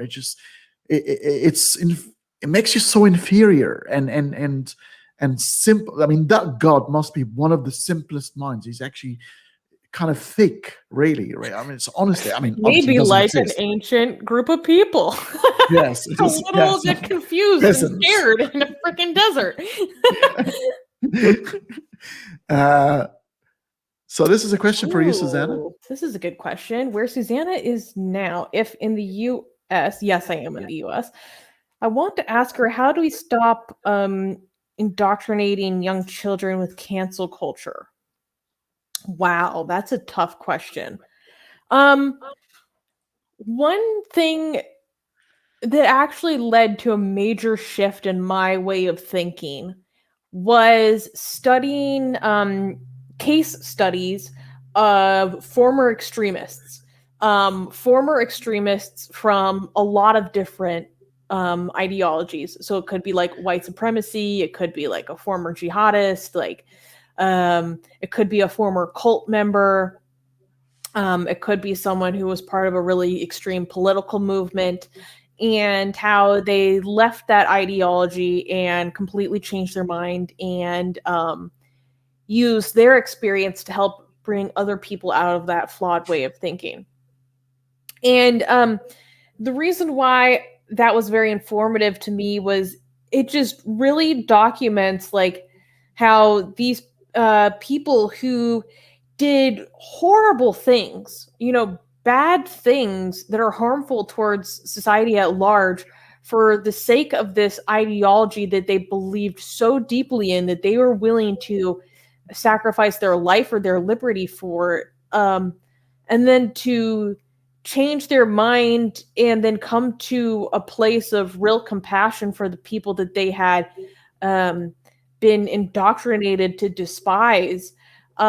It shows how human beings have a vast capacity for change. We have a vast ability to adapt, like we talked about today. And so I think showing children that we all change over time. We all change our minds over time, and that's actually a good thing. And you can't reduce someone to a certain point in their life, because maybe at one point in one person's life they were a like neo-Nazi, but then later in life they spend the rest of their life getting dozens of people out of that ideology, you know? So maybe overall we could say it was a net benefit because they helped de-radicalize more of those people, you know? Like, we can't say that just because someone did something that we found offensive or harmful once, that is their totality of being. And illustrating it to children through stories like that, I think, is a very effective method, especially since human beings, we gravitate towards storytelling. It's one of our primary ways of understanding the world, especially for children. And I think, oh shoot, there was something else I wanted to say. There's also a selfish angle of like, if you continue that type of attitude at some point or another, it will come back to bite you. So we shouldn't be so reductionistic in our judgments of people. I remember what I was going to say. There's a quote that I really like that I think really captures this attitude. And it's a quote that I've like had since I was 15. And it's by William James. And it is never say you know the last word about any human heart. So it's like we really can never say that we know the final judgment on any given person, and in either a good way or a bad way. People are always going to change. Well, Christians use that quite often, you know, in Road to Damascus, Saul, a persecutor of the Christians, have, you know, changed their heart, and obviously they is a common error where people think in Saul his name was changed to Paul after coming to Christ, which is not true. Saul is his Hebrew name, and Paul is his Greek name. So his name never changed. So that's a common error. But you know, they use that people can change, and you know what? I would take them on that. That's true. You know, you don't need to invoke a super entity for that to happen. That it happened. Bloody hell, it happens to me. I'm a different version of myself 5 years ago, and we all are. You know, it happens. This is an interesting proposition, and this one I can actually. I mean, I couldn't kill baby Hitler. I can't. If I'm in the shower and there's an ant crawling on the wall, I would stop the water, put it on the tip of my finger, and try to take it out and put it in a safe place. Honestly, I cannot kill a thing. So I don't think I'll be able to kill a baby. But that is doable, because that's not a sentient being just yet. Obviously, it depends on the stage of the pregnancy, but that is interesting. Well, AGA is asking, what about taking Hitler's mom to have an abortion when she's pregnant with him? Well, AGA, I'm going to say no, because that's haram. No, I'm kidding. You're I think, no, I'm kidding. I'm pro-choice. I think I would still say no, because if I did this, then I don't think any of us would be alive right now. Right. And I think this is going to be our final question for the day. And this is the one that probably is going to be an interesting one, because this is what triggered you probably leaving the left, and triggered Christopher Hitchens wants to leave the left. Well, I still am the left. I'm just a different type of lefty. Yeah. Well, yeah. You see, I don't have any label on me anymore. I refuse now to be called anything. I honestly, I tried the center, the left and right.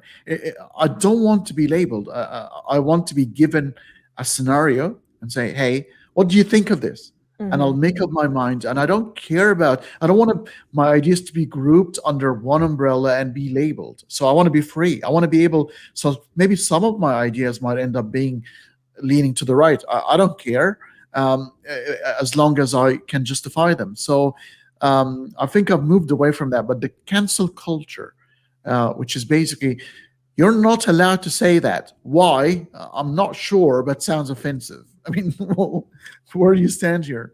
That.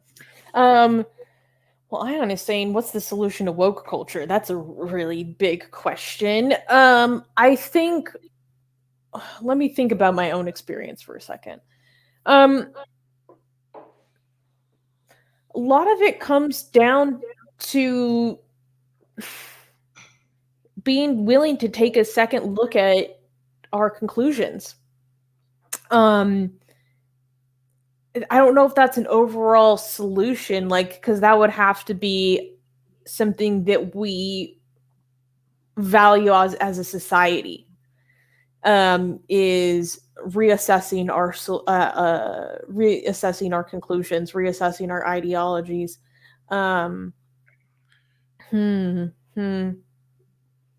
Yeah, that's tough. So, I mean, maybe Susanna, this is where we can start, because that might dissect the problem. Where does it stem from?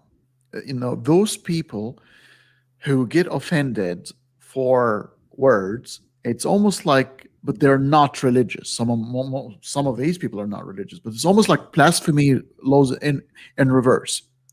Yeah. Why is that? What triggers that? There are some writers who write about this, where they speculate that it's a form of a secular religion, meaning that it there are again, a lot of people talk about this taste of blasphemy in their mouth.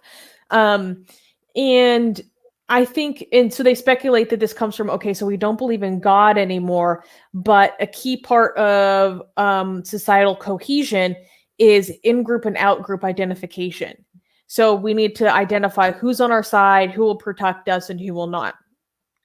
And this isn't necessarily a bad thing. This is just how we operate. So some people speculate that this is a kind of 21st century version of that, where we use certain language, certain keywords to signal to the rest of the group that I understand what the rules are. I'm with you. I'm on your side. Another part that goes along with this, with in-group and out-group distinction, is your willingness to defend that group and also to gain status within that group.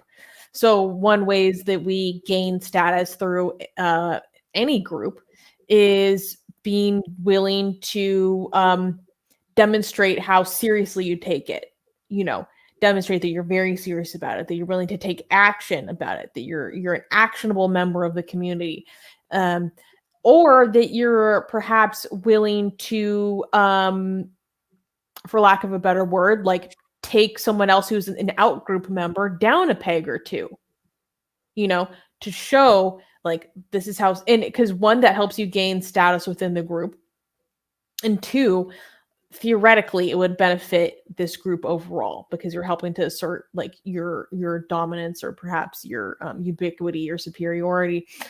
So those are some like kind of more societal psychological theories of where this originates from. But like I said, a lot of that could apply to any given group. In terms of woke culture specifically, or what we now just kind of simplify by saying woke culture, there's a lot that goes into it. So a lot of people argue that it comes from the Frankfurt School, and then other people say that it developed throughout the years into the 90s through Kimberly Crenshaw's work. Mapping the Margins was one of the most significant works that kind of captures this ideology that an ideology isn't necessarily a good tool. Like the way that it's developed into 2021, I would say is like an ideology, but theoretically, critical theory or critical race theory is a tool of analysis, most commonly applied in sociology. This in Kimberly Crenshaw is when in the 90s, it kind of became what we would call like applied postmodernism or applied critical theory. Meaning we're going to take these ideas that have been developing over the past several decades, around since the 50s, I believe. And now we're going to actually start applying them to our workplace. We're going to start applying them to our communities, our interactions, more structures, more institutions is where you would see a lot of this application. So and people, of course, fight over exactly where this comes from, but that's a very broad and not entirely nuanced overview. I mean, a few recent examples, obviously, Richard Dawkins being stripped of the Humanist of the Year. I think he won in 1996, as a quarter of a century old, because I was a baby. I was 1 year old. I was like, oh my God. It's insane because he posed a question on being a transgender, and they stopped the conversation in its track.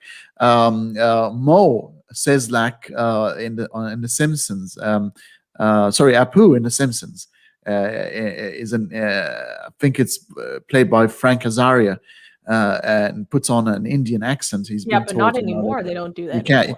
You can't do that. Cleveland from the Family Guy, it's a white guy putting on I find this quite crazy. It's gone berserk, and you have this particular situation where somebody was supposed to be a lesbian, but she's actually a bi, and the LGBTQ are completely gone berserk. These are actors. Well, it could be anything. Yeah, I mean, all of those instances that you brought up, like, I do understand where a lot of the offense and perhaps even outrage comes from. And it often comes from people expressing how opinions like those expressed in whatever area have, similar to those, have actually hurt their life, affected their life, damaged their well-being, etc. So they're trying to express how, like, hey, like, this type of attitude could have real consequences for people like me or any given community. And as an empathetic person, like, I am very sympathetic towards stuff like that. But don't you think, Susanna, don't you really think, because we've agreed that the information we have can really decide our actions in the future. When Richard Dawkins posed the question, instead of leave us alone, we have enough trouble as it is, by him posing the question will trigger a conversation, and that conversation can yield you new information that will end up putting the records right, even if he could end up being wrong. And that conversation could convince him, through evidence and reason that you're wrong, or maybe you're not right here, or you got it wrong. But opening the conversation for discussion and highlighting the issue, I think it's way better than leave us alone. We have enough worries as it is. Yeah, no, I completely understand. I mean, specifically with the Richard Dawkins situation, I don't really think that he should have been stripped of his award, but I do think his tweet was stupid. So I think most people involved in that situation, I think everyone handled it poorly. Yeah, so, I mean, he's a scientist. He deals with it as an area, as an abstract. But I understand that he's talking about people, and that's where Richard Dawkins was poor. But then he's also, communicated a human area. Yeah, well, that's why I think it's so thesis. Stupid. That's actually one of the reasons why I think what Dawkins did was so stupid, is because, like, you are a scientist, you do know that there are specific. You know where to find this information. You know how to find this information from experts on the field who study this and actually quantify it in an empirical way, which you appreciate. Twitter is not that place. But I do understand he was trying to spark a conversation. But even the way that he framed certain things about it kind of set everything about that discussion up for failure. I remember when I saw that tweet, I was like, oh no. As soon as I saw it, I was like, this is gonna go so poorly. Yeah. But interesting to see.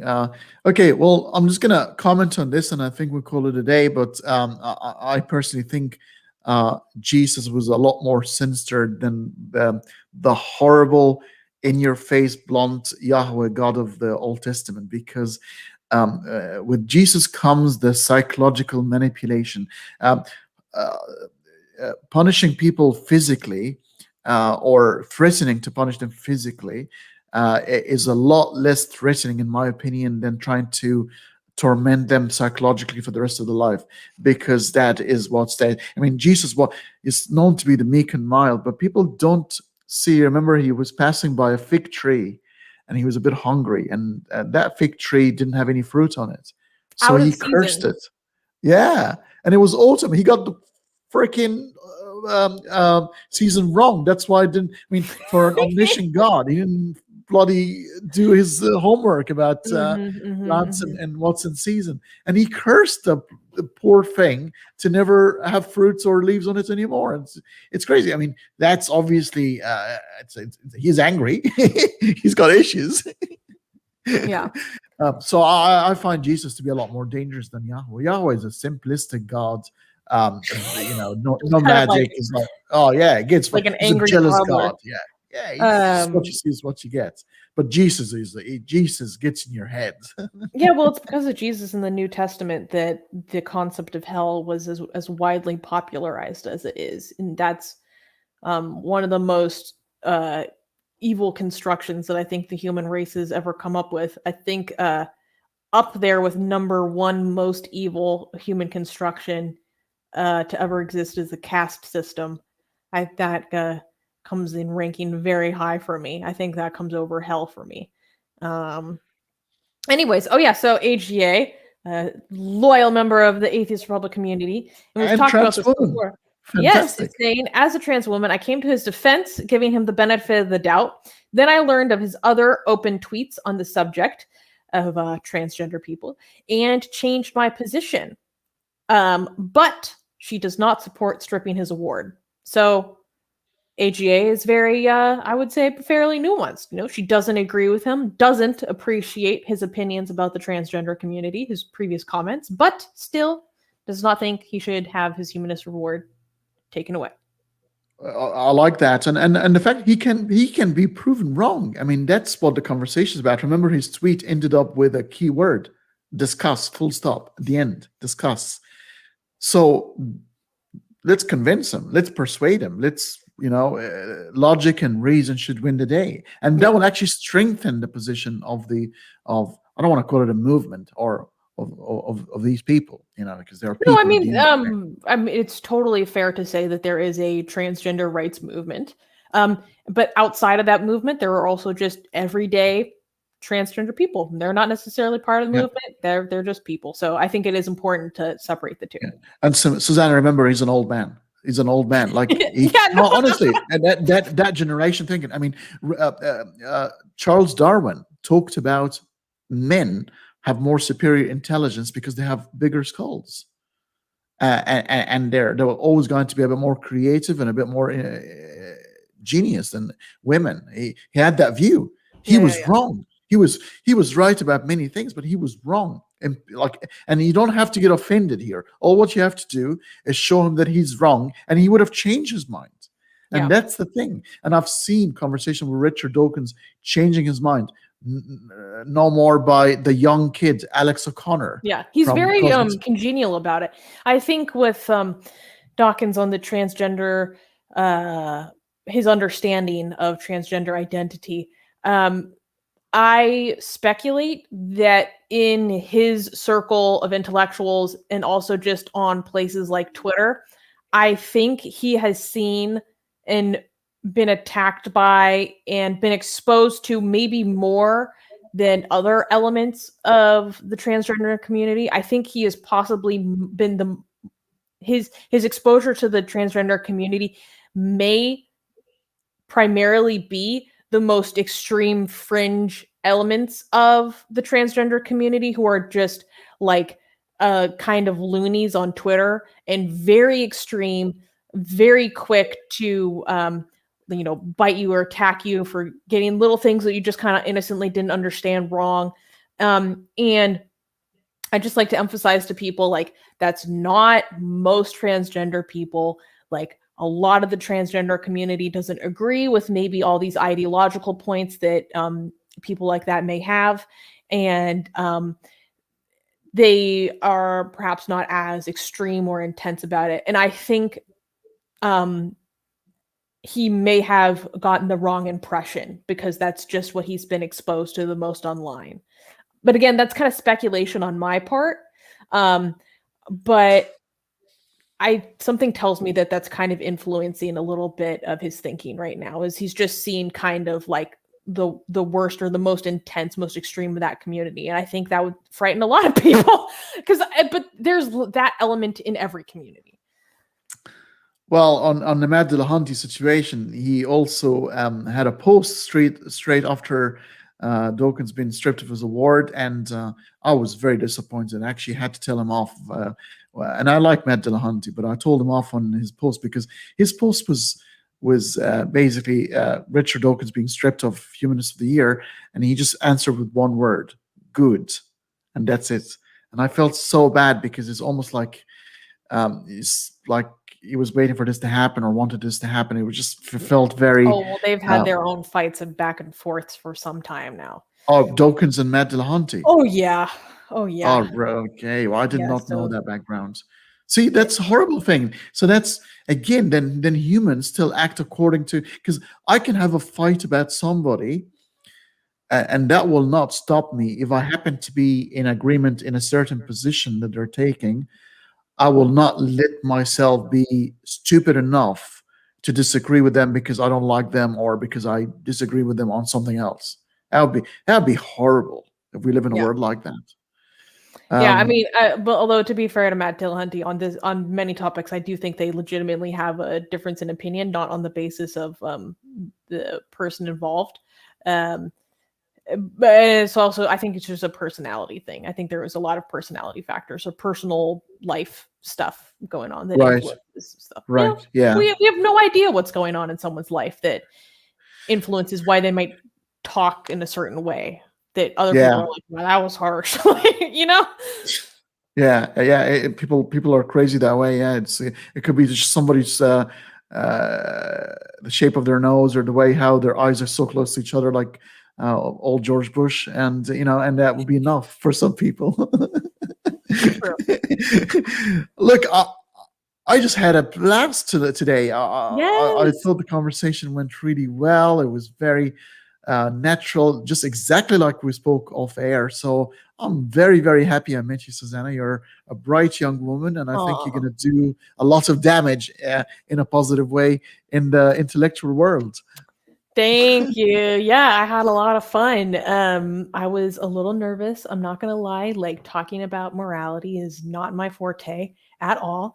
But you made me very comfortable. And yeah, thank you so much for having me on. Guys, if you enjoyed this conversation, like, make sure to check out Atheist Republic on YouTube or Facebook or Twitter or pretty much anywhere. But we do a lot of streams with me and Armin Navabi, who is an Iranian ex-Muslim and the founder of Atheist Republic, frequently, multiple times a week, and every week on Saturdays, at least for North America, or Sundays if you're pretty much anywhere else, where we do a news show and we talk about religious or atheist news that happened in the past week, and that's a lot of fun, and I learn a lot doing that. So please check out our stuff and join our community. Like, it's one of our primary missions to just provide a community for people to express their atheism or questioning and non-belief. And yeah, check us out, and thank you for having me. Thank you. Atheist Republic description and YouTube channel in the description of the video, guys. So please check it out. It's an interesting, and their Facebook page as well. I do like the art that's been posted of recent times. Is it quite if you want to see, so yeah, in the beginning we were talking about why we're so notorious right now. Just go to blasphemousart.com if you would like a taste of what is the controversy. And if you go to blasphemousart.com, you should see a pop-up or a link that'll show, like, in the corner at the top to sign up for our newsletter. Because if you sign up for our newsletter, then you get all of this art for free. So that's a little taste, a little incentive right there. If you're like, what is she talking about? What's so bad? You're going to have to find out. This is really good. And for the new English speakers who followed Susanna today from Atheist Republic to have a look at my channel, I'm going to have a very interesting conversation next week with Bart Ehrman, and we're going to talk Christianity and the New Testament. So please make sure to check us out. Thank you very much once again, Susanna. And I'm sure I'll speak to you again in the future because I hope so. I think it will be a thing, I think, in the future. Yes. Guys, make sure to check out his future streams. He's got some good ones coming out. He's got Bart Ehrman. He's going to have Zara Kay on. He's going to have Thomas Sheedy. Okay? If you are in my universe, you know who these people are. And you know that is going to be some quality content. So make sure to tune in. Thank you so much, Susanna. All right, guys. Please have a great day. Yes, thank you. Bye.